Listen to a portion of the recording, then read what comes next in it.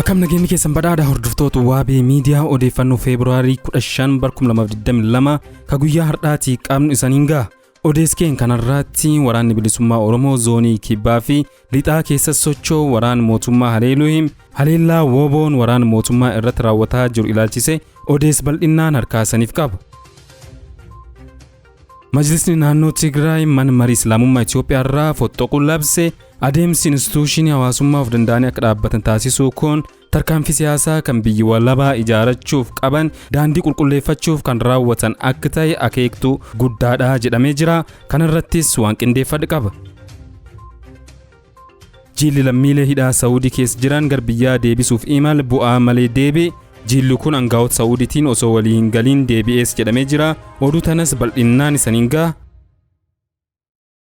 Finciltoonni Tigraay lol jajjabaa taasisaa jiraniin magaalota naannoo Affaar hedduu harkatti galfatan. Mootummaan naannoo Affaar ammoo finciltoonni Tigraay saffis amma deemaa jiraniin daandii guddicha Jibuutii Itoophiyaa to'achuu akka malan yaaddoo qabu ibsatee jira. Lol naannichatti deemaa jiru irrattis oduu qabna. Odeess biyya alaa irraa immoo Yuukireen balalliin akka hin cufamne $16 biliyoona ol ramaddee jedha. Muddamni Raashiyaa fi Yuukireen jidduutti uumam daranu kanaan maatii yoo ta'u, Ameerikaanis loltoota isii garasitti ergitee jirti. Hordoftoota keenya odeeffannoowwan keenya yeroo mara argachuuf chaanaal YouTube Waabee Miidiyaa subscribe, share, like godhuu hin dagatina saniin jecha amma gara odeeskii kaarraatti san dabarsa. Odeeskeen ka duraatiin waraanni bilisummaa Oromoo zoonii Kibbaa fi lixaa keessa socho'u waraana mootummaa Biltsiginnaa haleeluu hime. Waraanni bilisummaa Oromoo zoonii Kibbaa Cibraan Soddon Booroo Guraandhala 13 waraana mootummaa Biltsiginnaa godin Gujii Bahaa magaalaa Nageellee Booranaarraa gara dhakaa qallaatti waraana isaatiif reeshina fe'ee deemaa ture bakka Gooroo Qullubbii jedhamutti haatee hidhuun haleellaa irratti raawwate. Loltoota 11 battalatti ajjeese 20 ol ammoo madoo dandammii hin qabneen adabee jiraachuu beeksisee jira. Haleellaa san hordofee waraanni Biltsiginnaa waraan du'anii fi madaa'an ambulaansii 3 fe'atanii of duub deebi'uunis beekamee jira. Oduma wal fakkaatuun waraanni bilisummaa Oromoo zoonii lixaa Wallaggaa lixaatti magaalaa Qondaalaa guutumaa guutuutti harka jalgalfachuu jiraattonni himanii jiru. Lol jajjabaa waraana mootummaa fi waraana bilisummaa Oromoo jidduutti gaggeeffamu hordofee waraanni mootummaa bakka sanaa baqatee ba'uu kan beekame.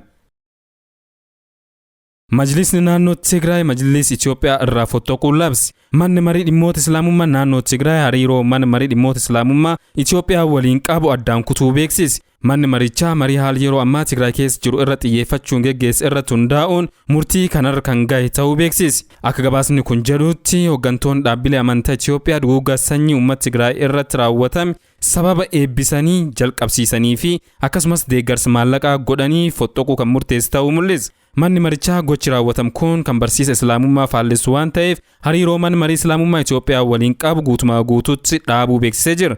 Manni marii dhimmoota Islaamummaa Itoophiyaa walabaa miti mootummaa looga ummataaf hin tajaajilu komiin jedhu hawaasa musliimaa irraa itti dhiyaataa turuun ni yaadatama. Odeeffannoo wal fakkaatuun torbee tokko dur Sinodoosii mana amantaa Ortodoksii naannichaatis hariiroo Sinodoosii Ortodoksii Itoophiyaa waliin qabaachuu ture addaan kutuu yookaan immoo foxxoquu labsee ture.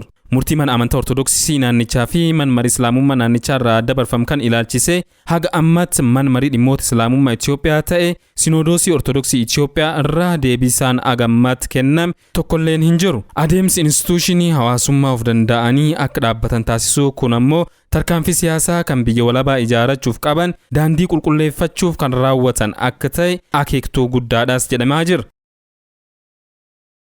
Jilli lammiilee hidhaa Saawudii keessa jiran gara biyyaa deebisuuf imal bu'aa tokko malee deebi'e. Jilli ministeera haja alaa Itoophiyaa irraa dhimma hidhamtoota Saawudii furuuf gara Saawud Arabiyaa ergan bu'aa tokko malee deebi'e. Jilli ministeera maallaqaa Ahmed Shiidetiin hoogganamu haala hidhamtoonni gara Itoophiyaatti deebi'an mijeessuuf ture kan gara Saawudii imale. Haa ta'u malee jilli kun aangawoota Saawudiin osoo waliin argin kan deebi'e ta'uu ibsame. Amma darbe ministeerri haja alaa jilli kun mootummaa Saawudii namoota eeyyamni jireenya isaanii xumurameef dhiifama gochuun adabbii maallaqaa akka kaasu gaafatee ture jedha. Jilli kun dabalataanis namoota baasii geejjibaa qabaniif dursi akka kennamu gaafatee ture. Kan malees yaaliin dhimmoota atattamaa adda baasuu hojjechuu fi aangawoota Saawudii wajjin hariiroo cimsuun abdii horaa jira jedhe Ministeerri Haajaa Alaa. Dhaabbanni gargaarsa jirra hidhamtoonni 10,000 lakkaa'aman manhidhaa keessa jiranii jedhe. Akka dhaabbatichi hooggantoota hawaasa Saawudii jiran irraa hubatetti aangawoonni Saawudii hidhamtoota jiran baasii geejjibaa danda'uun gara Itoophiyaatti deebisuuf fedhii qabu. Haa ta'u malee aangawoonni Itoophiyaa mootummaan Saawud Arabiyaa hidhamtootaaf beenyaa akka kennu gaafatan. Mootummaan Saawudiis beenyaa kennuu diduun dhimmichi dhaabbata gargaarsa namummaa idil addunyaa ilaallataa jedhe. Hooggantoonni hawaasa Saawudii sababa beenyaatiif jilli Itoophiyaa irraa ergan bu'aa malee deebi'ee jedhu.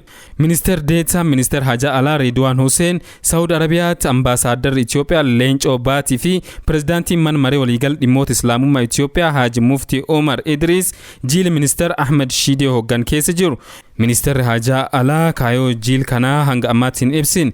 Suuraan viidiyoo fi waraabbiin sagalee rakkoo suukanneessaa hidhamtoonni keessa jiran mul'isanis akkuma itti fufanii jiru.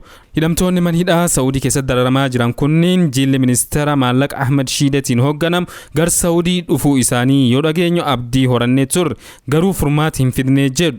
Waan abdii nuuf ta'u dhaga'uuf eeggachaa turre garuu hin dandeenye. Waa'ee keenya mari'atanii waan ergahan hawaasa bal'aa beeksisuu qabus jechuun dhaamsa dabarfatan.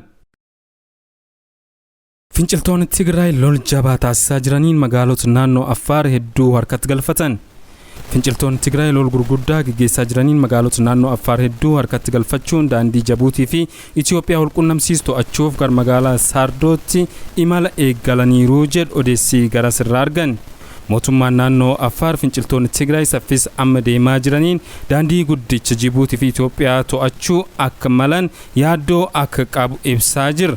Daandiin guddichi kun daandii lafee dugdaa Itoophiyaa yoo ta'u daandiin kun cufamnaan Itoophiyaan akka waliigalaatti gara balaa hammaataatti akka deemtu keessi beektonni tilmaamaa jiru. Gambiraatiin Affaar miilleetti poolisoota Affaarii fi waraana mootummaa jidduutti lolli guddaan banamuun dhagahame. Maddii waldhabdee isaanii maal akka ta'e ammatti beekamuu baatus guyyaa kaleessaa poolisoota naannoo Affaarii fi waraana mootummaa jidduutti lolli jajjabaan taasifamaa turuu odeeffannoon ni addeessa. Lola kaaba Itoophiyaatti akka haaraatti deebi'ee mudate kanaan finciltoonni Tigraay yeroo ammaa loltoota mootummaa hedduu booji'aa jiraachuunis dhagahameera. Suuraa fi viidiyoon deeggaree TV'n Tigraay loltoonni mootummaa hedduun finciltoota Tigraayin oofamanii yeroo deeman agarsiisa. Finciltoonni Tigraay yeroo ammaa aanaalee naannoo Affaar harka caalu to'atanii jiraachuu mootummaan naannoo Affaar beeksisaa jira. Kallattiin imala finciltoota Tigraayis gara daandii guddicha Jibuutii fi Itoophiyaa walqunnamsiisuu akka ta'e mootummaan naannoo Affaar ibsa baaseen kan beeksise. Imal itti jiran kanaanis guyyaa gabaabaa jidduutti daandii kan akka to'atanii ibsi ba'e kan agarsiisu. Lola akka haaraatti deebi'ee eegalkan ilaalchisee mootummaan hanga ammaa waan jedhin qabu. Maqaa marii biyyoolessaa jedhuun mootummaan Itoophiyaa yeroo itti socho'aa jiru kanatti hidhattoonni hidhachuun biyyattii keessa socho'an irratti hirmaachuu akka hin dandeenye ulaagaa baasee turuun isaanii yaadatama. Kana gochuu isaatiin ammoo gamanumaa qeeqii gurguddaan is mudachaa jira. Odeessi keenya kadhumaa ammoo Yuukireen balalliin akka hin coofamne $16 biliyoona ol ramaddee jirti jedha. Raashiyaa waliin muddam keessa kan galti Yuukireen daandiileen qilleensaa balallii akka hin dhaabne deeggarsa maallaqaa akka gootu beeksifte. Daandiin qilleensa KLM yaaddoo nageenyaaf jecha gara magaalaa guddoo Kiev balali'uu adda kutuun daandii qilleensaa jalqabaa yeroo ta'u Yuukireen daandiileen qilleensaa birootis tarkaanfii kan fudhachuu mal yaaddoo jedhuun daangaa qilleensa isii akka hin cufamneef daandiilee qilleensaaf deeggarsa maallaqaa akka gootu ibsiti. Deeggarsi Yuukireen gochuuf jirtu daangaa qilleensa isii keessatti nageenyummaa daandiilee qilleensaa mirkaneessuuf baasiin inshuraansii daandiilee qilleensaa waan dabaluuf daandiileen qilleensaa kaanis tarkaanfii KLM fudhachuu maluu jedhamaa jira. Hoogganaan ittaanaan waajjira pirezidaantii Yuukireen Kiriil Timoshenko baasiiwwan inshuraansii kan gariin akka kaffalan beeksisan. Maxxansi isaanii fuul Feesbuukiitiin Timoshenkoon qilleensa Yuukireen keessatti nageenya daandiilee qilleensaa mirkaneessuuf jecha maallaqa ramaduuf qophiidha jedhe. Mootummaan Yuukireen bajata isaa Reserve Fund irraa maallaqa nageenyummaa daandiilee qilleensa mirkaneessuu dhaabbilee inshuraansii kaampaaniiwwan kireessaniif daandiilee qilleensaaf akka gadhiisu hime.